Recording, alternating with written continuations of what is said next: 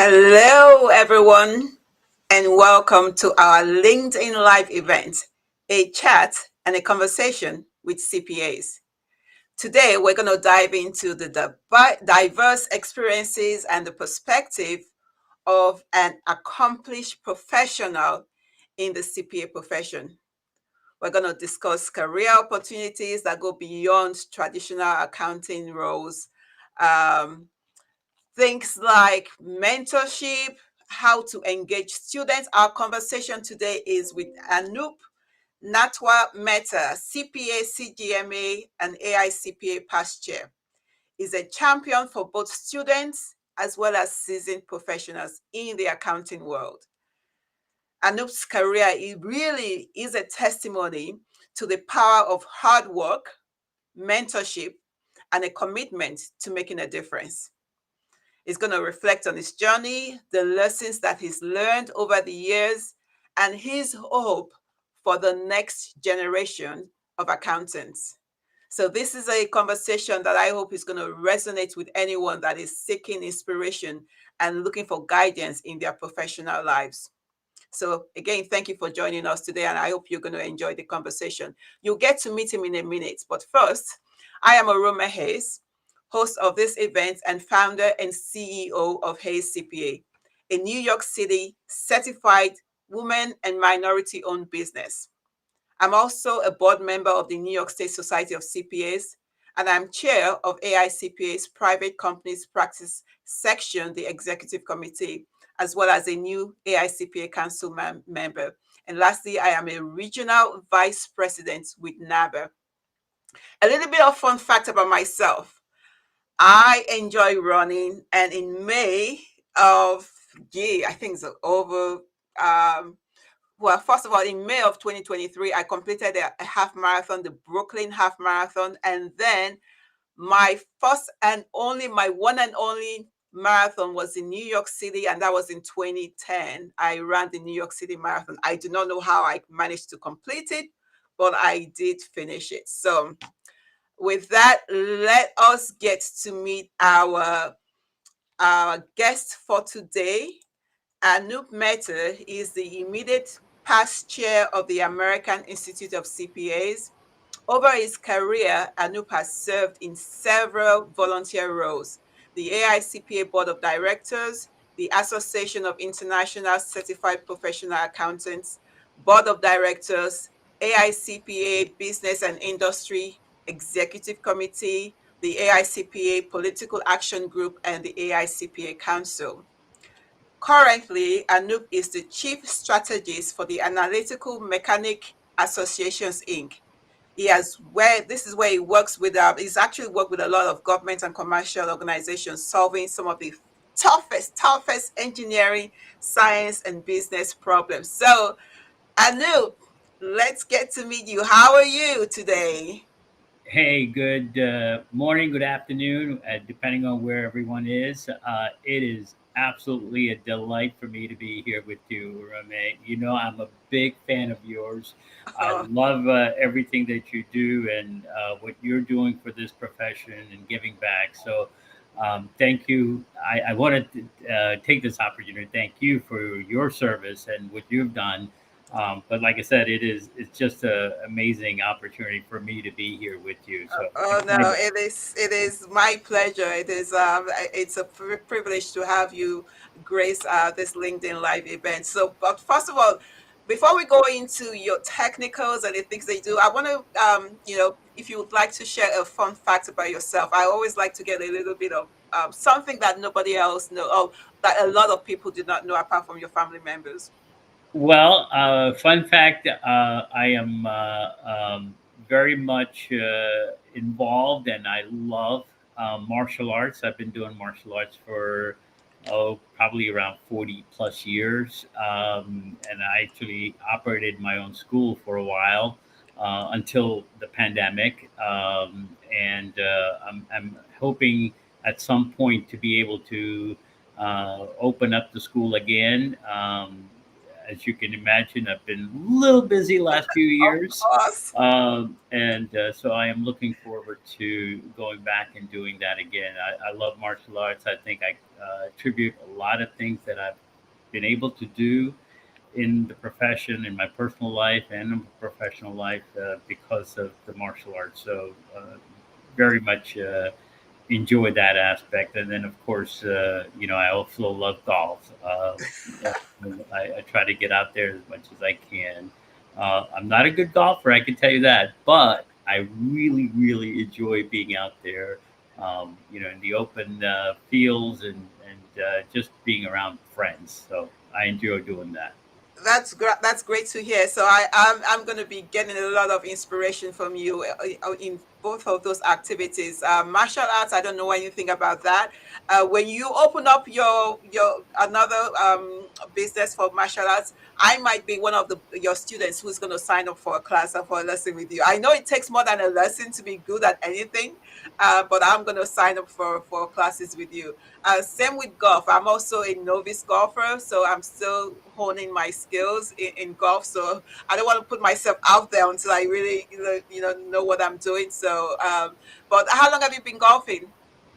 Uh, Probably about 15 years, Wow. So on and you off. are almost a pro, I would No, say. no, no, by far. While I've been doing it for 15, but I think I got what, they call it, you get the bug, right? I got Yes. the bug probably, about 10 years ago. And Okay. like I said, you know, I think work gets in the way of Yes. pleasure. So I haven't been able to get out there as much, but I do enjoy whenever I'm out there. Yes, yes, I can understand that. And you've been very busy. Like you said, you've been doing a lot. You have your full-time job. You finished your tenure as chair of the AICPA a number of years ago, a couple of years ago, not a number. But let's talk about how did you get into accounting? Did you wake up one day and you were a CPA and you decided, hey, I'm going to be a CPA? Like, how did you fall into accounting and then how did you make the transition to become a CPA? Well, I credit my father. My father was a chartered accountant, and he's uh, had the fortune of practicing our profession in India, in Africa, and ultimately coming here and settling in the United States. So, seeing him, seeing his interactions with his clients, seeing his clients, how much they trusted him and wanted his advice. Growing up in that environment is kind of what led me to follow in his footstep and pursue the accounting degree. And I also credit, and I always have to say this because my high school teacher, and which is why I love the teaching profession, my high school teacher, Mr. Ed Miller, who really honed in that, hey, Anoop, this would be a great career for you. I want you to do this, and kind of listen to him. And that's what I set out to do. And here I am. I love that. So two factors, right? Your dad and your high school teacher. So I mean, with your dad, so did you used to work? You saw your dad working. Was your dad, first of all, was your dad putting in like long hours? Because a lot of times we hear about like a lot of people in the industry, especially the older folks, that they used to work like crazy. Did you get to work, and did you observe your dad putting in long hours when he had his own business or when he was working? You know, Today we talk a lot about work life balance. Yeah, my father put in a lot of effort, especially during tax season, because that's kind of where his specialty was, tax. Um, but I never felt that he did not have time for us or the family. We always managed to take family vacations. We always got to do things together as a family. So I never thought that that interfered. But again, I think that's a credit a little bit to my father being able to manage and juggle things and make sure that he left time for me and for my family and my siblings. And so I think that's the important part. And I'll be honest with you, I know we talk a lot about, extra hours, working extra, and things like that. But you got to understand also, I know in my career, not being in public accounting, I've managed to work a lot of hours. But part of it is I enjoyed it. I enjoyed doing that, and I know my father enjoyed it too. Great. I'm talking about your dad. Is this a picture of this is a picture of your family? This was I know when you became chair, there was this great write up about you in the Journal of Accountancy, and I really enjoyed reading that profile on you. And so these are members of your family. Can you walk us through your family members here? Yes, absolutely. Well, I talked about my father. That's the picture I'm holding. Okay. Unfortunately, my father passed away in Oh, so, 2020, right oh, in the heights of COVID. so, yeah. And, that's one of those things that I still get very emotional that he didn't get a chance to Oh, see me become the chair. I'm talking, you can probably tell I'm getting emotional there. yes, But yes, so sitting next to me is my mom and yeah. my grandson, and of course my wife. And then behind us are my siblings, my sister, my brother, his family, and my two beautiful daughters, and my granddaughter, and my two sons-in-laws that I really adore, and of course our wonderful dog Dodge. That's my daughter's dog, and yeah, that's our family. Of And course. luckily, they live very close, so we get to see each other a lot. That's great. So it's nice to see your family. That's a beautiful picture of the whole family, and of course we always want to have a pet. So I'm glad you have a pet. I had a pet growing up. So something else I wanted to get back to, you spoke on the fact that your high school teacher introduced you introduced you to the career of accounting, or you saw that you had a how did that come about? You noticed that you were good with mathematics, or you just apart, or you told him that your dad was a chartered accountant? Like, how did that conversation get to be? Well, I took a accounting class. It was in 11th grade, and generally that class is taken by seniors, 12th graders. But I just happened to sign up for it. And I had taken some like business machines type courses, typing courses, things that were related to business. I did take some courses on that. And this was another one that was offered, and I enjoyed it. And the teacher, Mr. Miller, had paid a little bit more attention, I think, to me, and I appreciated that very much. And after the 11th grade, the class was over, and they didn't have another accounting class. And I went up to Mr. Miller and I said, "Hey, I really like this. I really enjoy it. How do I take more class in this?" And he said that although we don't offer another class, but why don't you do this? Sign up for independent study, and we will work on more material or more advanced material. And that's exactly what I did. So it was kind of an independent study, and I would meet with them from time to time in my senior year, and do a little bit more advanced, accounting. So I really enjoyed it. And at that time, 11th grade is where I decided that when I go to college, I'm going to go get an accounting degree. And it was set in 11th grade that that was what I was going to do.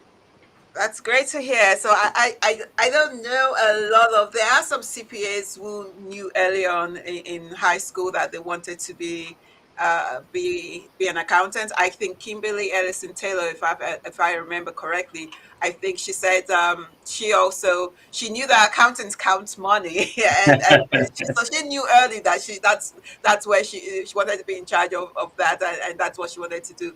So it's interesting, and that's why I think right now the AICPA and a lot of CPA and accounting professions were talking about getting into the pipe into high schools to do a lot more in high schools, because I know I lecture at the College of Staten Island's undergrad students, and then I also mentor I advise graduate students at Hunter. I know for some of the freshman students that I get, sometimes I come into my classroom, it's the first exposure that they're getting. They have no knowledge of accountants and what we do. So it's great that you were introduced to the profession so early and you knew that was the path that you wanted to take, especially because you also saw your dad. So fast forward later, you went through college and everything. When did you decide that, like your dad, who was a chartered accountant, you were going to be a CPA?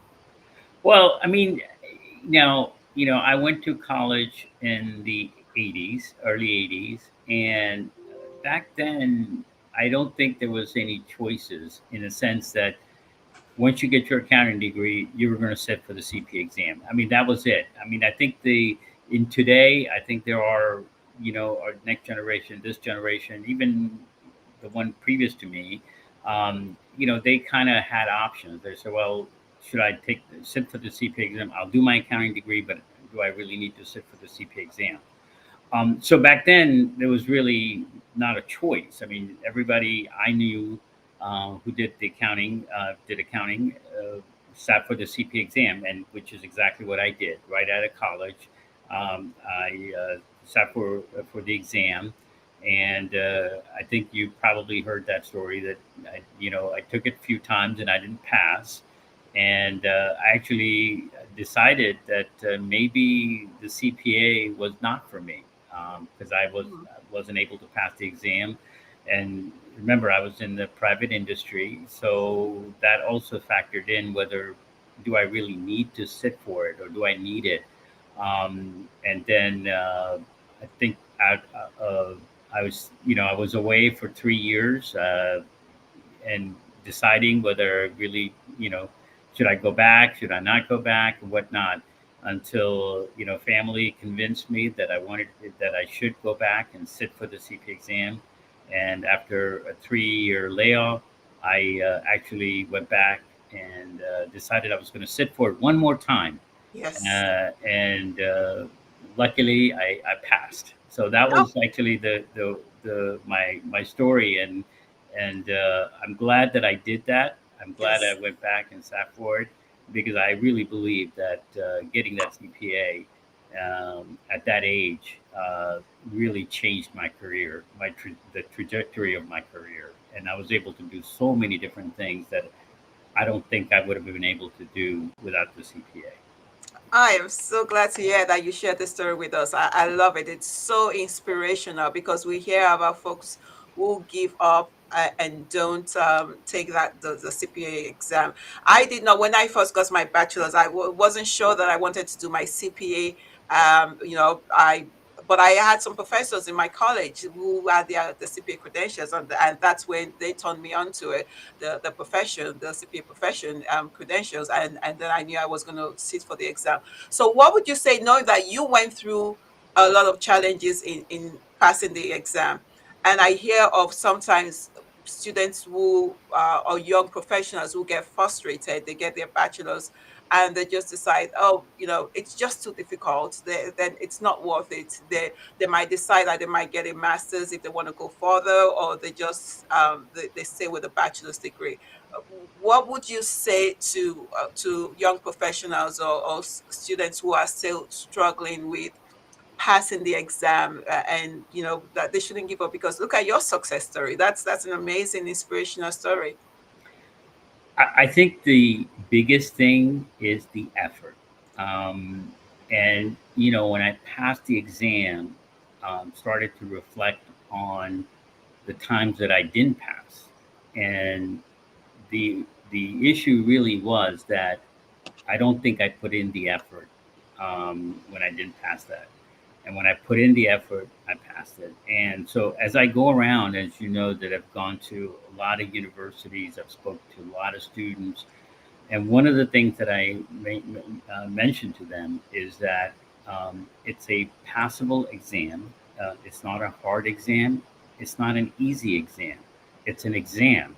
And like anything, if you put in the effort, you will pass it. And I jokingly say, listen, if I can pass this, you can pass this. Hmm. And so really, that's what it was. I mean, it was just the effort.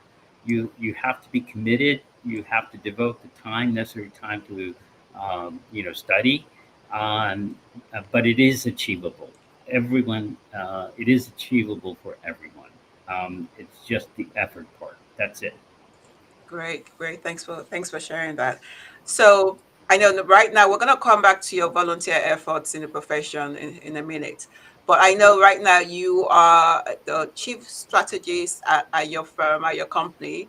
So did you wake up one day and you got to the top and you got to that role, or how did you progress and climb up that ladder, that corporate ladder? What were some of the challenges that you encountered through your journey before you got to where you're at? And if you could share some of your that journey with us. Absolutely.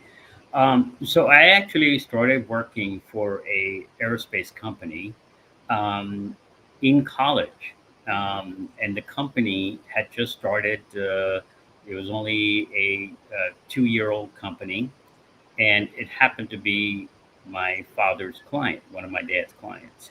And I tell students that they're getting out there in the job. There's nothing wrong with having your father get you your job. So there's nothing wrong with that.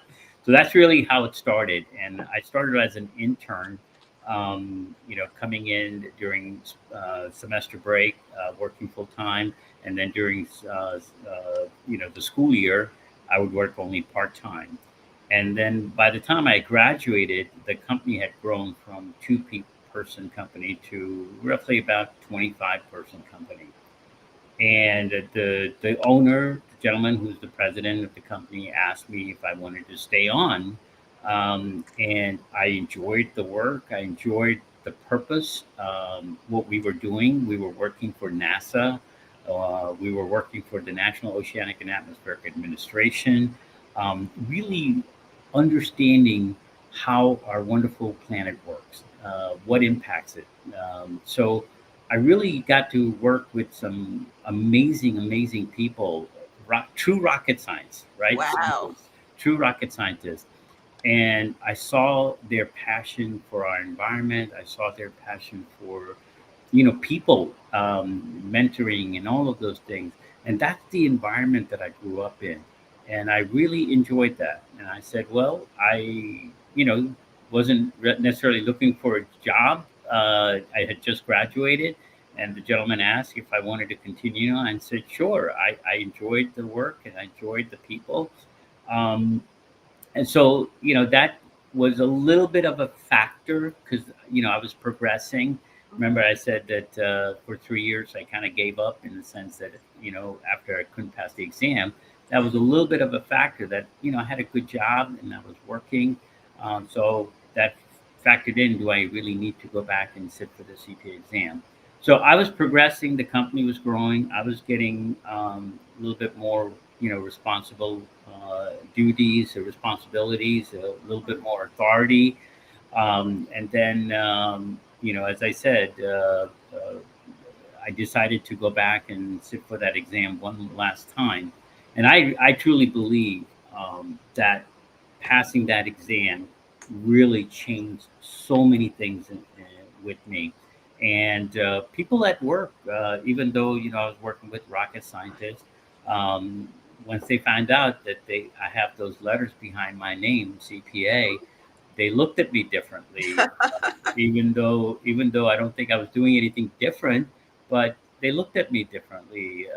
Instant trust, instant Mhm. credibility with those letters behind your name. So I started to have continue to progress. The company was becoming bigger and bigger, and I became finance manager, uh, controller, VP of finance administration, then CFO. Um, and then by that time, the company had grown to something around 300, 400 employees. And then in 2015, so I had been there now for about 35 years. In 2015, the company was around 500 employees, and the owner, the president, decided he wanted to step down, and then he appointed me as the next president of the company, CEO. So that's how the trajectory went. And then I did that for about 6 years. CEO of the company. Um, the company grew from roughly 500 employees to close to about 1,100 employees, and Wow. our revenues jumped up for from about less than 100 million to about 260 million dollars in revenue. But there comes a time Mm-hmm. when you have to make decisions for yourself. And Yes. then in 2021, I just felt that this was the right time for me to leave the company. And I, along with several other executives, we left the company. And although I wasn't ready to quite retire, Mm-hmm. um, I was approached by this another company, the company that I'm working for now, that they had just hired, or I guess they had just promoted an individual to become a CEO of the company. That individual was been around with the company for about 10 years, and they just promoted him to become the CEO. And I knew that I did not want to run another company. I had done that. The time that it and effort, that energy that takes to run an organization. But I always enjoyed mentoring. I always enjoyed helping others. Mm-hmm. So this was an ideal situation for me, having a new CEO come in. And I remember the first conversations that I had with him. I said, "Look, I have absolutely no aspirations to becoming a CEO, but I do want to help you become the best CEO ever." And kind of that's kind of my role. So that's where my title of chief strategist comes All in, right. kind of helping the company grow, helping the company continue to move forward, and very happy with my role. I love the people I work with. I love the work we do. Same environment, NASA, NOAA, um, looking at the wonderful planet that we live on. Awesome. This is great. This is great to hear. I mean, you've had just such a wonderful part. How many CPAs? I'm sure there are a few of them get to say that they work with rocket scientists, right? Or astronauts, things of that nature. Yeah, Right. roommate. I will tell you, I've had lunches with astronauts. Yes. I've had lunch with a Nobel laureate. I mean, Awesome. in physics. I mean, how Yeah. many people get to do that? And I will Yeah. tell you, they were they're amazing, amazing people, and this is why I really love what I do. That's fabulous. I love it. I love it. So now you spoke about the fact that now you are mentoring folks in your firm, and I know you also mentor students and young professionals in our profession. I look at you. I always say that I have a lot of unofficial mentors. I look at you as one of my unofficial mentors. So even though we don't have a formal relationship like that, but I look at what you do. I'm inspired by all you do. Can you speak to the role of mentorship in a career? How why professionals and students as well should be leveraging mentorship as well as sponsorship as well. If you can speak to those two things. Absolutely. I will tell you, I don't think I would be doing what I'm doing today had it not been for amazing mentors in my career. I've had great people that I've looked up to, that I admired. They're still very good friends of mine. I still reach out to them. And going back to the point you made, you may not have a formal mentor-mentee relationship, but there is people that you can always count on, that you can pick up that phone and say, "Hey, I have this situation. Can you give me some guidance? Can you help me a little bit?" And I have a lot of those individuals, and so knowing that influence, knowing all those individuals that were around me from an early start. That included my father and actually my mom also. So knowing that I had all these individuals that helped me to get to where I am, I really feel that by giving back, that's what I want to do because I've been blessed with so many individuals. that have helped me. I want to be that one individual also that helps others. And as I've gone around the country, I had a great platform being the chair of the AICPA and the chair of the association. Had a great platform to be able to communicate, to be able to go and visit all these campuses and talk to students. And one of the things that I feel very proud of is that I readily hand out my cell phone numbers and my email address to the students. Hey, I said, you can call me anytime if I can help you in any way. I want to do that. So I think, I've grown as an individual, professionally and personally, know, being able to mentor, being able to give back. And I see that as a huge, huge, I think, requirement for all our professions. In order for them to move up, you got to bring people up yourselves, and I think that it's really critical that we as a profession, all of us who've been around, go back and give back and mentor somebody. I love it. I agree. I couldn't agree with you more. It's so important to have not just one but multiple mentors, and then sponsors as well, to have folks advocating for you, whether it's in the classroom or in the boardroom. All right. So you spoke about the fact that during your tenure, to talk a little bit about your tenure as chair of AICPA, what you're most proud of. I know you accomplished a lot and you traveled far and wide speaking to state society CPAs. I recall you came and you spoke to my group, the PCPS Private Companies Practice Section Executive Committee. We were so appreciative to have you join us in person and share your insights with us. So talk about what you see as some of your accomplishments, and then how you see, maybe then on the back end we'll talk about volunteering, how what folks should be looking at in volunteering. But also, I know it's a lot of questions I'm putting in here. I wanted to know about your experiences with going to schools and colleges and speaking with students and things of that nature. I'll have to say the most impactful moment, not just during my tenure as the chair, but probably in my life, Mhm. happened in February of 2023.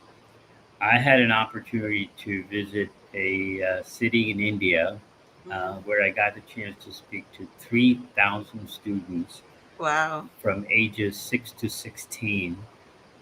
These were all, um, underprivileged from various parts of India, uh, whose parents didn't have much, they couldn't afford to send students. But this institute that I visited takes care of those students without any cost. They clothe them, they house them, they provide education, food, everything at absolutely no cost to the parents.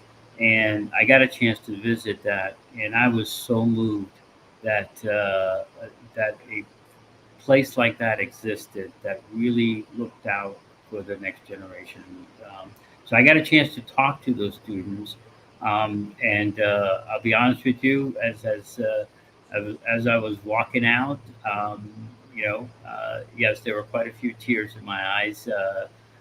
But I would say that was one of the most impactful students. But then I again, could imagine. I remember I saw that picture on LinkedIn when you posted it. I thought this was I could just imagine being in that room, in that audience, in that with those students. I must have been a very powerful session that you had with the students. it was very moving, for me to be there. And then I went back actually in July. I happened to be in India again, and I made it a point to take a trip. And I got a chance to speak with 10th graders actually, Right. more specifically on topic of accounting and finance. So I Okay. got a chance to speak to about 350 students at that time also. So I'm going to make it a point that every time I go to India, that I visit that place and I get a chance to talk to the students. That's So awesome. that was one of the most impactful. But you know what? I think I've visited some 40 some universities, and I think the numbers are around 11,500 or 12,000 Wow. students. Every single one of those have meant a lot. And this is I think the picture you see is at University of Maryland. These are Okay. the graduate students that I got a chance to speak to them, actually give an address a couple of years ago. But I go back every year and celebrate in their accomplishments. So I do enjoy that part. Um, so yeah, I think the student interaction was probably the most meaningful thing that I've been able to do, and I'm still doing that. As universities invite me, I said absolutely. You tell me when you want me to come, and I'm happy to do that. Absolutely. I am glad to hear that. I'm always looking to get professionals in my classrooms as well. And so I've had a number of CPAs make guest appearances in some of my classrooms. Every semester, I try and get one CPA to come into my classroom. So hopefully, one of these semesters will get you into one of my classrooms. My classrooms are not as big as the audience that you had in India, but still, I always say every student that we can get into the accounting profession or to become a CPA, I think speaking to each student, it makes a difference. Because sometimes you never know, it just takes, they just want to hear one thing. You never know if you'll be the person that would touch that one student. Sometimes I get students that have, they come into the class and they're absolutely no interest in accounting. They're there just because it's a required course. They have to take the class, and by the end of the semester, I've been able to turn them around, and they fall in love with the profession. So I think definitely getting a wide variety of students to come into the of professionals to come into the classroom always makes a big deal. Yeah, and I will tell you, I get excited speaking with students, whether it be one on one or I have 3,000 students in the audience. I get just as excited. And as you said, you just don't know the impact you're going to make. So I look at every single conversation as this could be, impactful for that individual. Like as some of these conversations I've had with, people that I look up to, who I've admired, that you never know, including some of our past chairs of the AICPA, who's when I was coming up in Maryland, Maryland Association of CPAs, there were some chairs that visited our board meetings, and I told them that they had a huge impact on me when they came to the state. So you never know how you're going to make an impact. So every conversation that I have, I feel I want to do it in such a way that that could be an impactful moment. Absolutely. So let's talk about your volunteering and your service to the profession. You spoke about your state society, Maryland, and I know you've also very active with the AICPA. So did you how long uh, after you became a member at each association before you became an active member? Because there's some there, we have memberships and we have active members, right? And so it took me a while before I became an active member in the profession. So talk about your transition with volunteering. And then there's the other thing I always hear sometimes is folks are very much into their careers, and they look at volunteering as taking away from their career growth, right? And they think they don't have the time to spend on volunteering activities because it's not billable time. So could you speak to that and the impact that could have, the impact it has on you, and what it could offer to young professionals? Absolutely. I will tell you, my volunteer started really right after I got my CPA. Wow. So now by that time, I was already working for a good 10 years, 10, 11 years. Mhm. So when I got my CPA, uh, I joined the Maryland Association of CPAs. And I'll tell you, the reason I joined was strictly that, hey, now I have to get my CPEs, right? Hmm. And I thought by joining Maryland Association of CPAs that I would, get a discount on my CPE credits that I have to take. So the first conference that I ever attended after I got my CPA was a government contracting conference, which is kind of what we do. That's what I do, government contracting, and I enjoyed that session so much that I actually went up to the individual who was the chair of the committee who put the conference together, and I asked him, "I really enjoyed what you did here. How do I get involved?" And that simple question, and he just said, "Hey, just come to the next meeting. Here's where we meet. We meet monthly. Here's where we meet. If you can attend the next meeting, just come and join." I said, "Oh, okay. If that's how easy it is," and that's exactly what I did. I went to the meeting. I joined the committee, and they welcomed me in. And in a couple of years afterwards, they asked me to chair the committee, and I did. And after that, I got a call to join the board of directors of the MACPA. I did that. And then shortly after that, they asked me to join the executive committee and became chair of the MACPA. And literally, it was just by me attending that one meeting, Wow. volunteering, raising my hand. I said, "Yeah, I would love to do that." It just, the doors opened up. And you talked a little bit about time involvement. Hmm. Yeah, it's a little bit time involvement, but it's not nothing that will prevent you from doing it. um, I know I had those conversations, and I think this is critical. Having those conversations with the family, having those conversations with your employer, the firms that you work with, the companies you work with. Hey, this is important to me. This is how what I think I'm going to get out of this by joining or by volunteering. And by the way, what I'm learning, I will bring it back to the organization. I'll bring it back to the firm. So if we have those conversations, I think it's manageable. You could do this. You can do the full time job, and I know I have gotten so much out of volunteering for the MACPA, AICPA, and all of those things. I've been able to bring it back to my organization to be able to run the organization better, to be able to develop our staff, knowing that all these things that I learned here.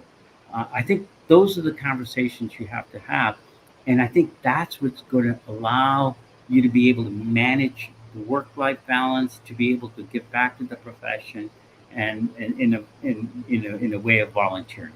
So I think you got to have those conversations. Yeah, I agree. I think that's so critical. There's so many benefits. In fact, I wrote an article about this a while ago, a long time ago.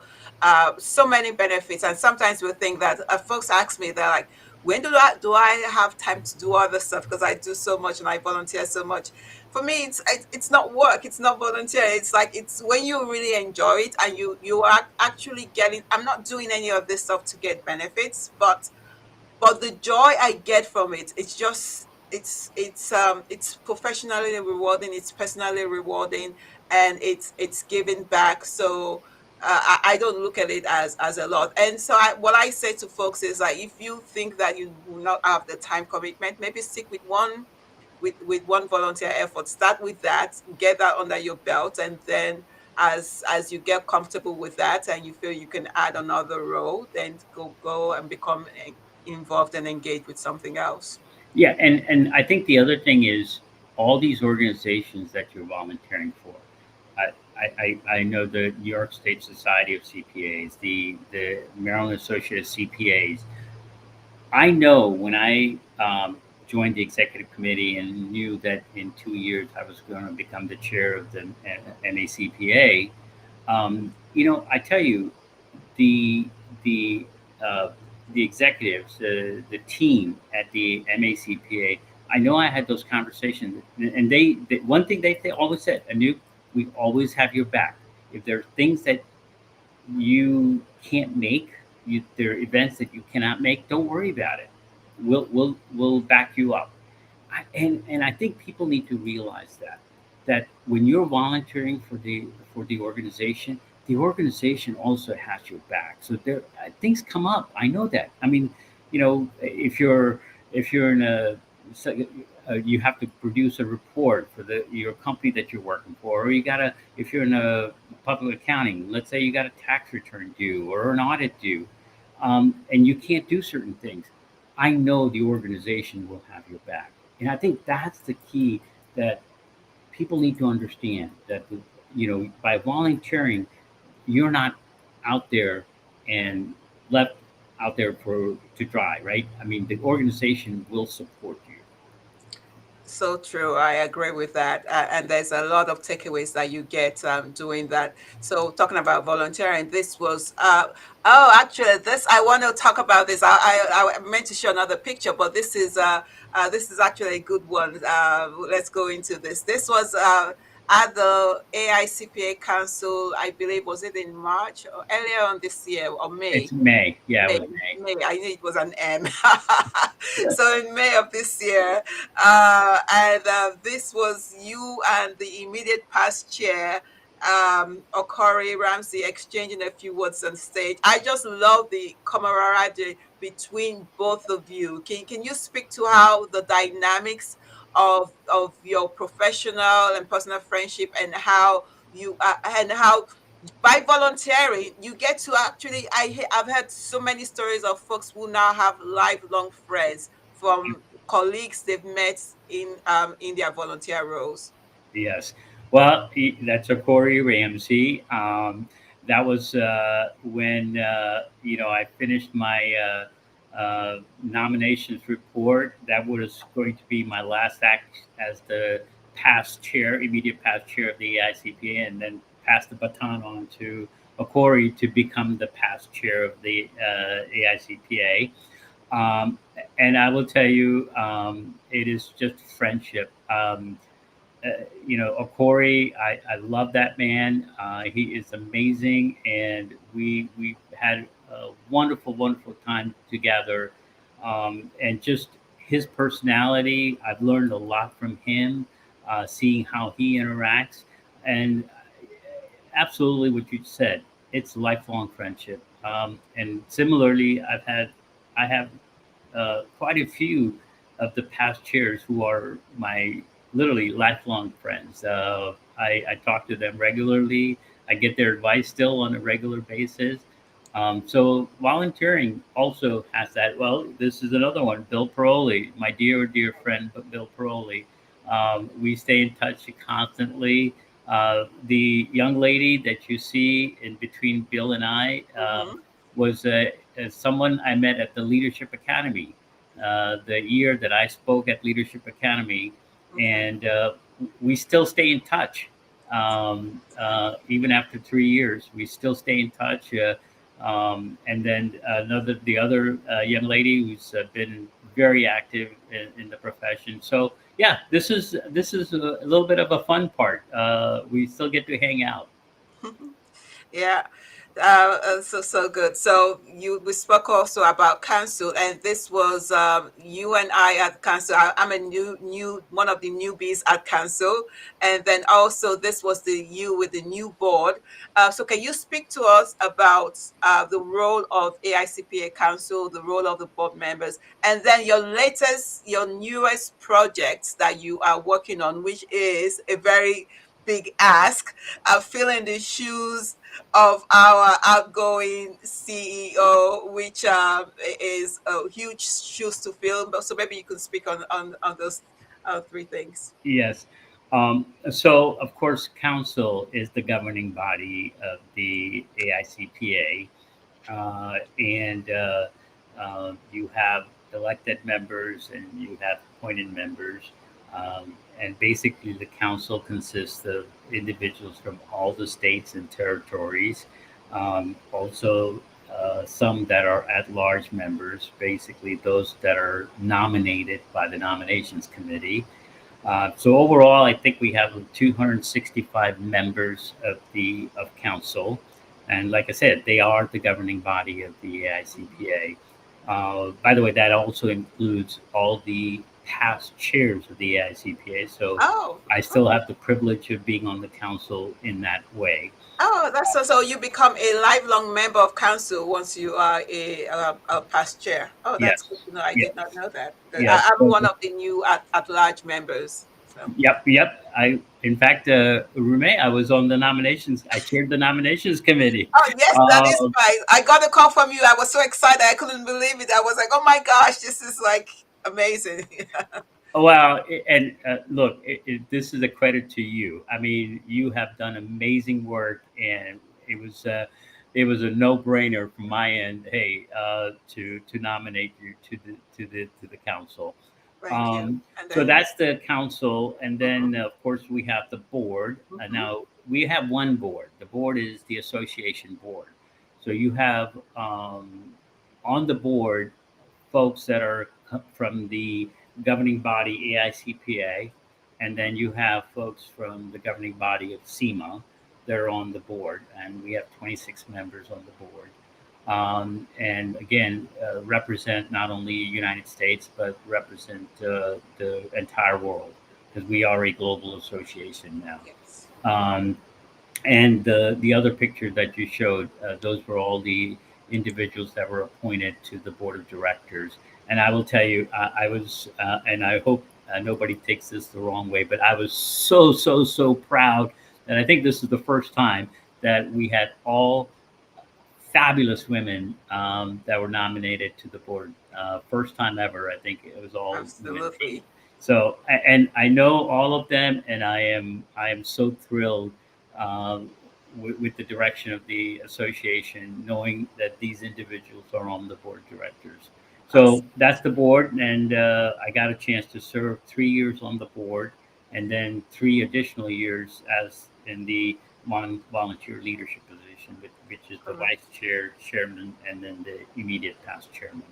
So So again, now you have a new role, right? You are leading a task force to find an impossible person uh, in our professions, yes, yes. right?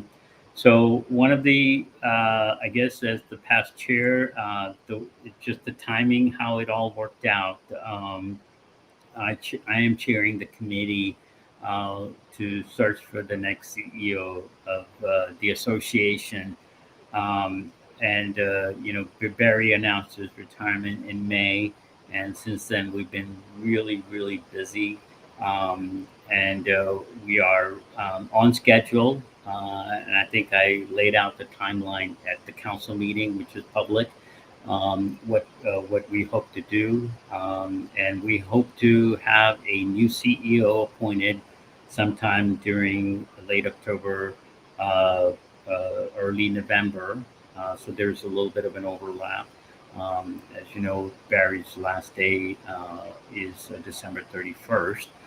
But I also know Barry. He loves this profession, Yes. and I know that he will continue to have a huge impact on our profession moving forward. And it is such an honor, such a thrill for me to be doing this. I will tell you, it is hard. Yes. And I will tell you, I am, a bit scared because you're replacing a legend. That's A the way I look giant. at it. Yes. But I know we have a great committee. You saw Okori earlier; he's part of my team. Yes. There are others on the team as well. All these individuals, other 8 members aside from me, are people that I admire. I respect them tremendously, and I know we will come up with the right candidate to for the association and making and giving it the way to move forward. I'm sure you guys will do a fabulous job, but you will.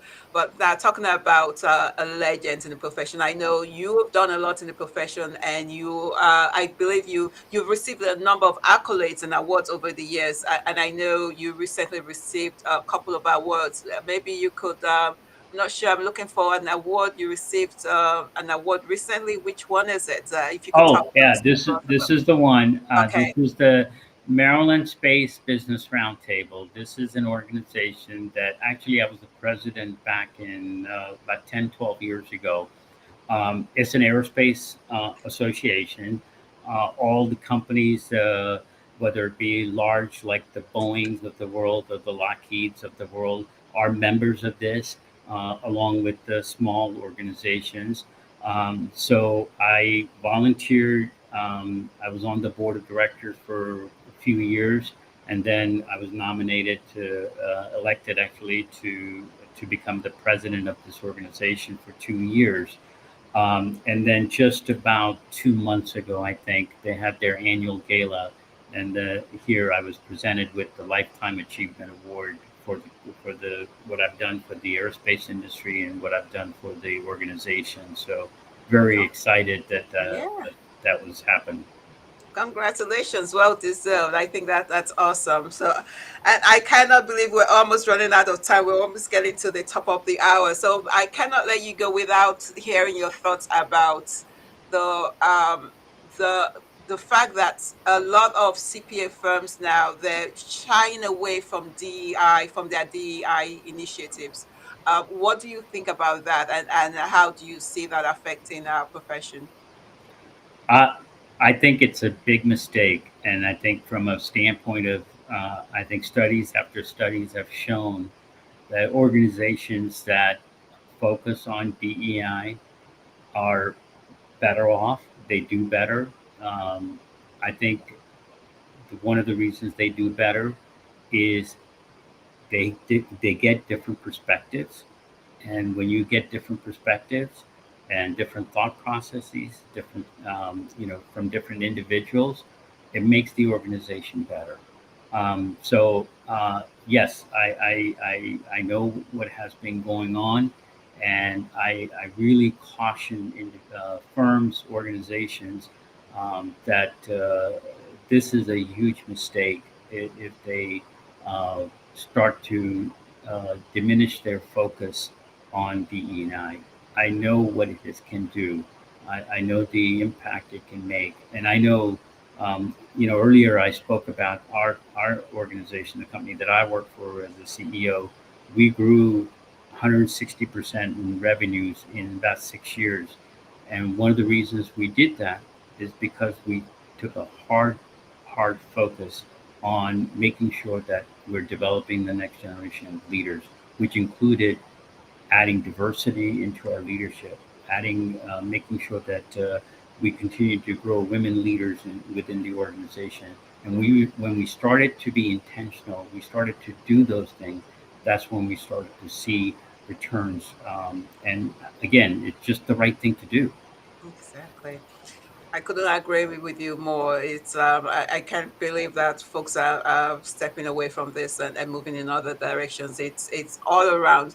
Um, the the the talent wants it.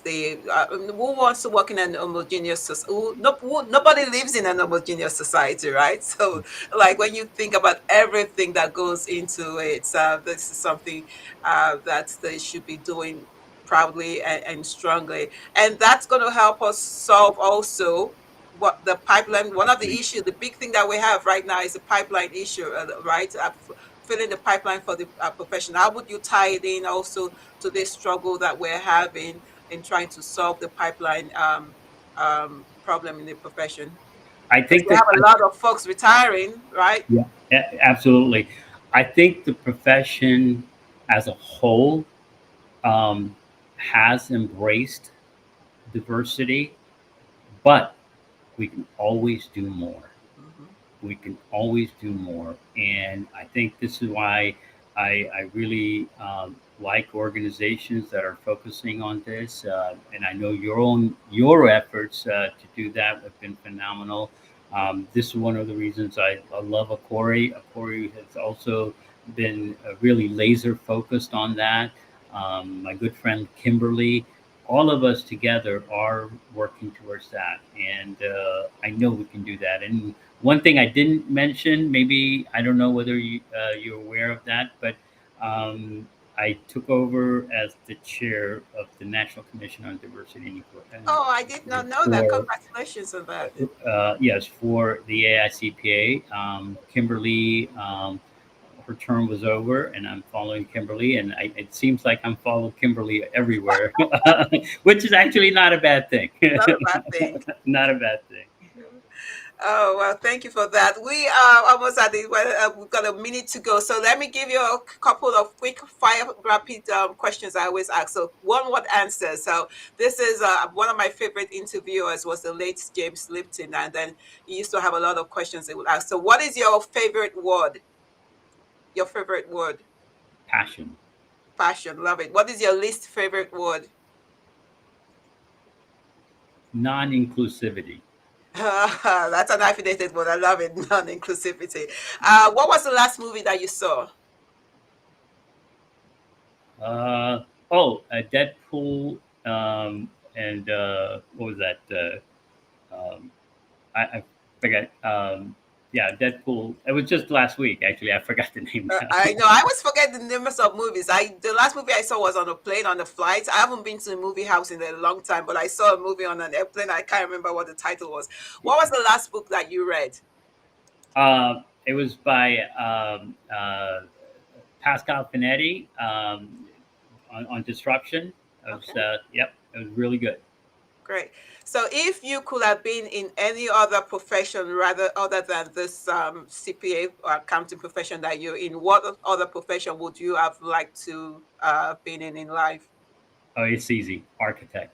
Architect. I was loved architect.